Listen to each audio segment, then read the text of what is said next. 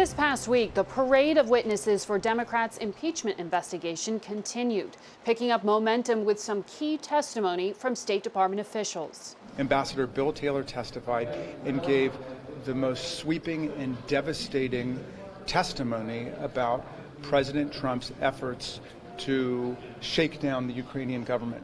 That was Democrat Jamie Raskin. Taylor's testimony was explosive, implicating President Trump as being part of an effort to withhold a meeting and military aid to Ukraine until President Zelensky would announce an investigation into former Vice President Biden's son and his business dealings in Ukraine. President Trump urged Republicans to get tougher and praised Democrats, saying, "They stick together and they're vicious. They don't have a Mitt Romney in their midst." We go now to former Republican Congressman Trey Gowdy. He used to lead the main investigative committee in the House of Representatives, and he joins us this morning from Greenville, South Carolina. Good to have you back on Face the Nation. Yes, ma'am. Thank you. You told me earlier that you had agreed to work for the White House earlier this month as outside counsel for the president on the impeachment proceeding, but you didn't. And that's because, as you describe it, a restriction on former members of Congress in terms of communicating with an intent to influence for about a year after leaving office. So Yes, ma'am. When that year ends, will you be joining the White House fight? I have no idea. I don't represent the president as of today. I don't know what, if anything, will exist in January. It may be over. My sense is the president needs folks that can represent him now before the House, the Senate, and indirectly through television shows and print media. For 1 year, I can't talk to the House or Senate, and my reading of that statute, and it's a restrictive reading, I'll grant you, but my reading is I can't even communicate indirectly on behalf of a person with the intent to persuade. So I could not come on your show and give advice to House Republicans or House Democrats on how they ought to run their investigation if I were working for the president. So I don't even know if I'm going to be alive in January. If Dallas doesn't start playing better, I won't be alive in January. So I don't know who I'll be representing. Well, it surprised a lot of people to hear you'd be thinking of coming back to Washington. You used to tell us on Face the Nation you were so sick and tired of politics here and you wanted to go back home. And you were going to dive into one of the most divisive, vitriolic arguments that could be had. Yeah, my wife asked me a lot of those same questions. To me, impeachment is the political death penalty, Margaret. There's a reason our country has never removed anyone from office. So I look at it as a lawyer. What process is someone entitled to if you are seeking to remove him or her from office and assign to them a stigma that will echo through the halls of history? How much process is due? Well, you're talking about process there, and that's very specific here in terms of some of the criticisms from Republicans of this Democrat-led investigation. You said to me on this program in April in 2018 the following. Well, our private hearing was much more constructive than the public hearing. I mean, public hearings are a circus, Margaret. I mean, that's why I don't like to do them. I don't do many of them. I mean, it's a freak show. Do you still believe that? 100%. So these hearings these depositions should remain private. Well, you can't pick and choose which aspects of due process you're going to use. It's not just the privacy. I mean, the reason we respect executive branch investigations isn't because they're behind closed doors. It's because there are no leaks. I mean, John Durham, you have no idea what John Durham has been doing. You have no idea what Michael Horowitz is going to say in his FISA report. There were no leaks with Bob Mueller. You contrast that with the fact that Adam Schiff has had more press conferences this weekend than those three men have had in their lives. He uses an opening statement to give a parody. He lies about a whistleblower. So, yes, I prefer executive branch investigations because they're fact-centric, because you wait until the end to draw conclusions, and because there are no leaks. So I do understand the Republican frustration with the current investigation. My bias has always been towards investigations that wait until the end before they share their conclusions. It's just not fair to do it on an hour-by-hour basis. One other point, Margaret, there's a reason in courtrooms The judge tells the jury, you can't even begin to make up your mind until the last witness has testified and the last piece of evidence has been introduced. I mean, well, if it's good enough for the justice system, why should it not also be good enough for the political system? So in other words, the storming of the classified area by some Republicans was a bit of a political stunt, and you think that what is being revealed behind closed doors should be heard out before judgments are made on whether or not the president should be impeached? I think two things. I'm a rule follower. I threw a Republican out of a hearing because he was not a member of the committee. I didn't take pictures on the House floor, even though I was in the minority. I'm a rule follower. So I think if you're going to have private investigations with unlimited time for questioning and cross-examining witnesses, that's a good thing. What's not a good thing is to have selective leaks where you pick one sentence out of an 8-hour deposition, run to a bank of microphones, and try to prejudice the outcome of an investigation. Again, Horowitz doesn't do it, Durham doesn't do it, Mueller didn't do it. All three of those investigations we have respect for. You're talking about Justice Department investigations versus the political process of impeachment. Absolutely. Absolutely. Yes, ma'am. But when it comes to the political process here with impeachment and those depositions behind closed doors, and about 47 Republicans are permitted to be in there for those depositions alongside Democrats, who are the majority, of course. We heard something this week that was viewed as pretty significant from Bill Taylor, the top U.S. diplomat in Ukraine.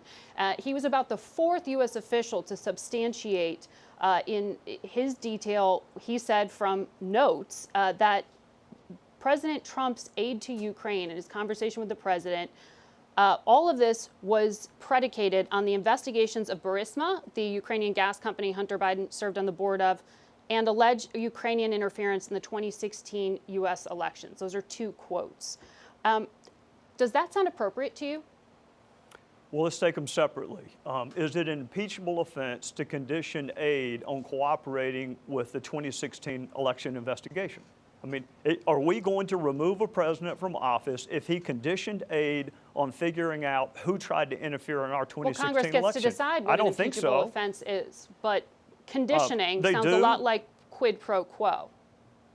Well, you know, that means something for something. I need to know what both of those somethings is. If the something is we're not going to give you aid until you help us figure out who tried to interfere with the levers of democracy in 2016, Margaret, I can tell you if a Democrat did that, we'd be adding something to Mount Rushmore. I mean, we spent 2 years as a country trying to figure out who tried to interfere with our election. So clearly, it can't be an impeachable offense. It can't be an impeachable offense to ask for the server because Jim Comey wanted the server. So well, I need to know what's the something. To be clear, on the server, you're talking about the Democratic National Committee's computer server. Are you saying it's hidden in Ukraine? I have no idea. I have no clue. That the president has said that, so it's a theory that's been debunked. Well, this is the theory that has not been debunked. Jim Comey wanted the server. I don't think it's an impeachable offense for Bill Barr to also want the server. I don't have any idea where it is, but I don't think it's an impeachable offense to say, if you know where it is, would you mind telling us? Keep in mind, that is the server the Russians hacked to gain access to emails. There was a point in time when we all wanted to know about that. So what is the statute of limitations on interfering with our 2016 election? I don't know. As for the rest of Taylor, I've read his opening statement, Margaret, but I would need to follow up with questions. I'd need to also watch what other members ask and significantly what the cross-examination would have looked like before I can draw any conclusions. All right, Trey Gowdy, thank you for your time today. Yes, we will be right back on this busy day with Senator Amy Klobuchar.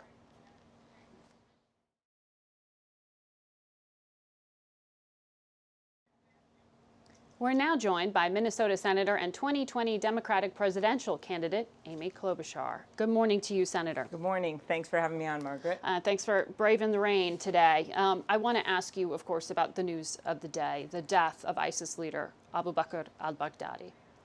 Well, this was the takedown of a very, very dangerous terrorist. And so we have to take this moment to thank those that put themselves in danger.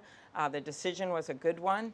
And this is a guy that was responsible for the deaths of so many Americans, so many innocent people. But as Susan Rice just said a few minutes ago, this doesn't mean that ISIS isn't still there.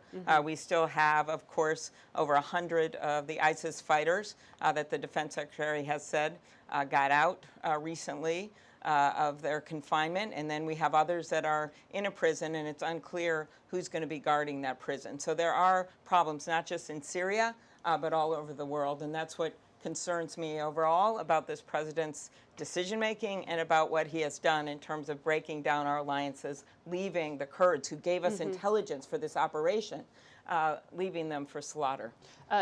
You rightly thank the U.S. military and intelligence for this. But President Trump signed off on this raid. Well, he did. And this is a political win for him. Yes. You're trying to run against him to Yes. become the next commander-in-chief. Yeah. Isn't this going to make it harder to run against him when he can say he's the guy who got Baghdadi? Look, I have in the past, for instance, when the president made the decision to respond to Assad's use of sarin gas, I commended him for that decision. But just because you make some decisions, and you must as a commander-in-chief, and you must make those decisions for the security of this country, doesn't mean that his foreign policy overall has not been a disaster. The decision to get out of the Iranian agreement, the nuclear agreement, which has allowed Iran to now bust the caps to enrich uranium, the decision to get out of the Russian nuclear weapons agreement, the decision to get out of the climate change agreement at a time when our world is warming, sea levels are rising, and we're seeing floods and fires all over the world. So, those were very bad decisions. So unlike other Democratic candidates, would you pledge to keep a U.S. military presence in Syria? I would not have removed those 150 troops.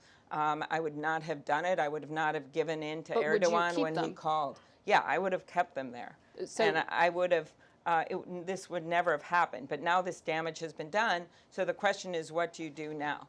Well, you keep trying to use your leverage to do everything to defeat ISIS, and you try to do all you can for humanitarian aid, and you certainly try to use the leverage that we have remaining to help the Kurds.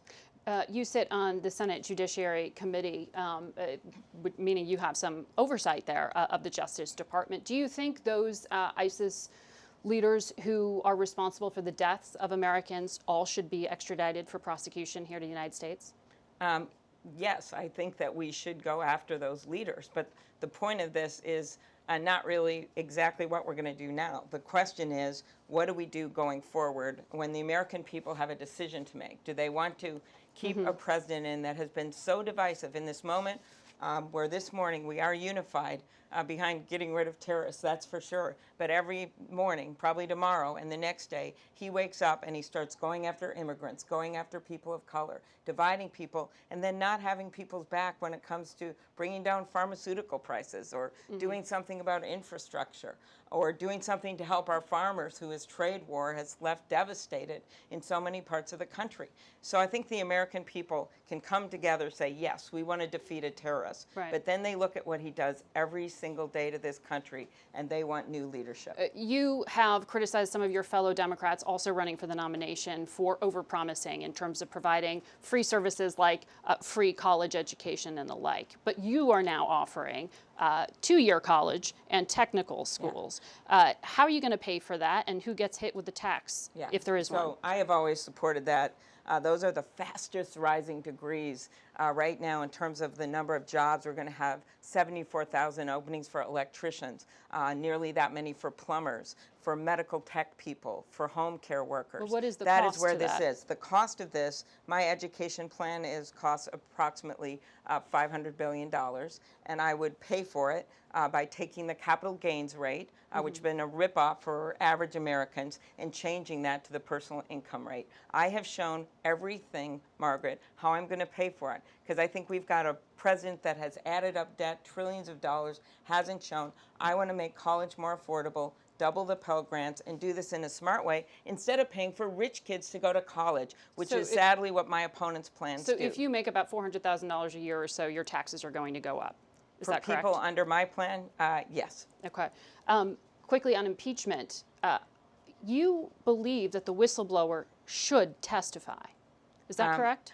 I think it would be good to have the whistleblower testify. I don't know that it is necessary to have the whistleblower testify because we have people like Ambassador Taylor that have come forward with firsthand knowledge. The whistleblower was simply reporting on something that he had heard from others. I think what's most important is to keep getting the testimony of people that were actually there on the scene. That Ambassador Taylor testimony was devastating. It showed that this was not just a one phone call, that this had been a plan for a long time for the president to put the interests of America behind his own personal interests to get dirt on an opponent. It's a pattern. He does it for his business. He does it for his partisan interest. He does it every single day. Senator, I know we have to leave it there, but I want to thank you for braving the weather, but also I know you had to be somewhere for a campaign event and you stayed around to talk to us. Well, this is an important day. So on this important day. Thank you.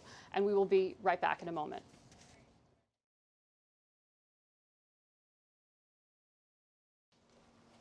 For more now on the impact of al-Baghdadi's death on the war on terror, we are joined now by retired Navy Admiral Sandy Winnefeld. He's a former vice chairman of the Joint Chiefs of Staff and a CBS News military and homeland security analyst. Also with us is former acting director of the CIA and CBS News senior national security contributor Michael Morell. Gentlemen, thank you both for being here. Welcome.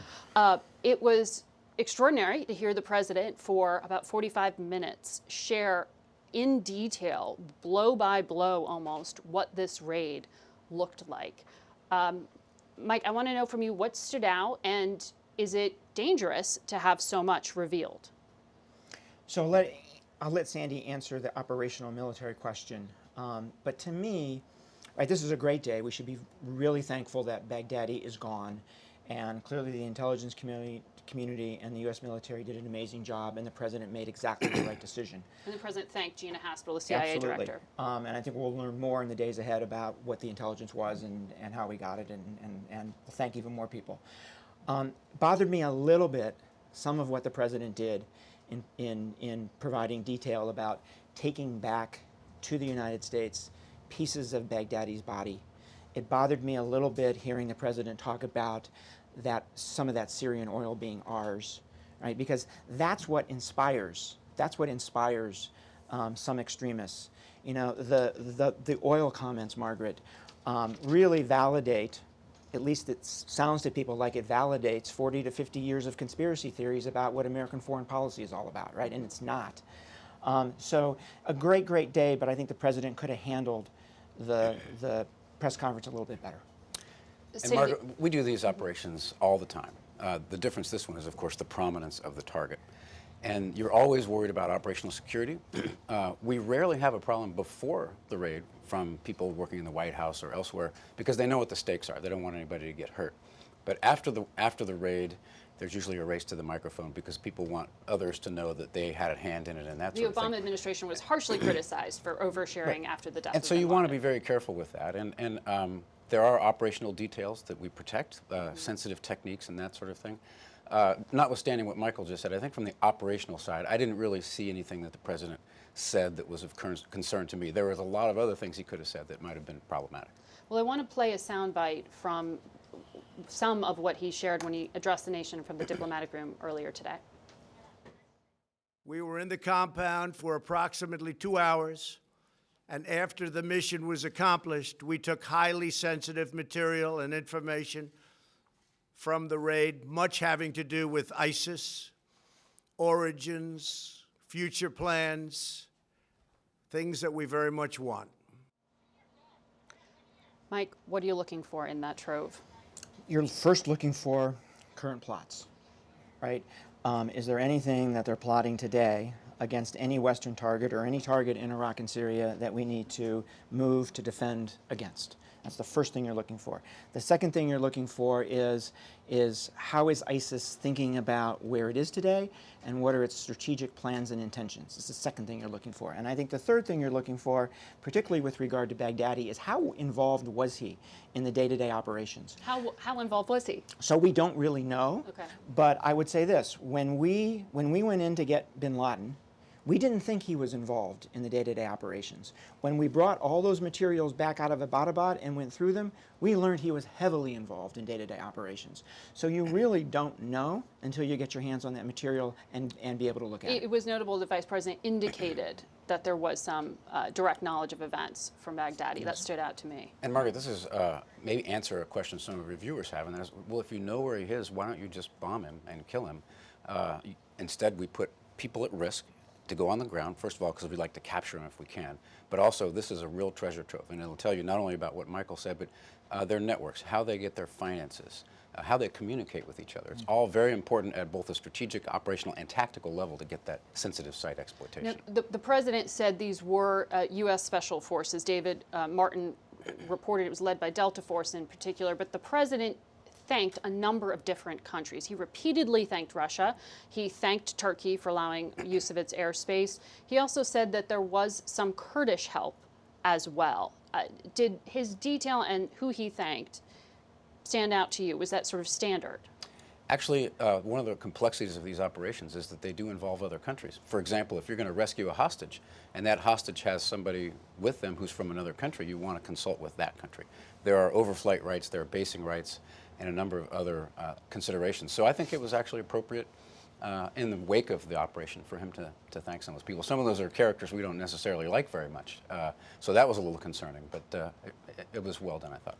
The Kurdish thank you stood out to me because it suggested to me that that's perhaps where the intelligence came from. You had on this program before said you were concerned about losing some of that intelligence that might be getting shared. The President also said in his remarks that he planned or wanted to release some video of those last few moments of Baghdadi's life that he repeatedly characterized, called him a dog, whimpering, crying. He wanted ISIS's followers to see him like that. Margaret, this is Would you advise on. this? This is piling on. One part of the President's remarks that did bother me was this continual piling on of humiliation. A little bit of that is appropriate, but you're sending a signal to some of his followers around the world that could cause them to lash out possibly more harshly in the wake of this. You don't want a locker room kind of feel to this, right? And that was the one thing we worked really hard on after the bin Laden raid, is don't make those kind of statements because it does inspire other people.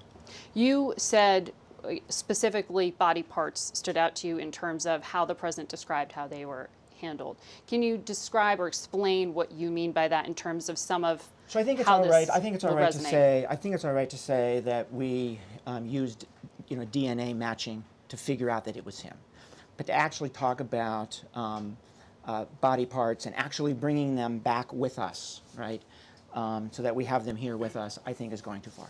And one of the things, Margaret, that this fight is all about is religious freedom.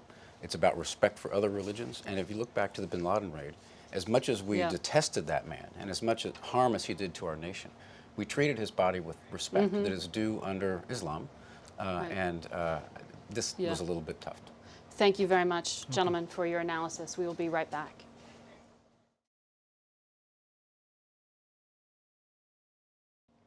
On this historic day, we also want to remember the families of ISIS victims, James Foley, Stephen Sotloff, Peter Kassig, and Kayla Mulder, and the thousands whose names we don't know. From Jones Day Law Firm, Face the Nation, I'm Margaret Brennan.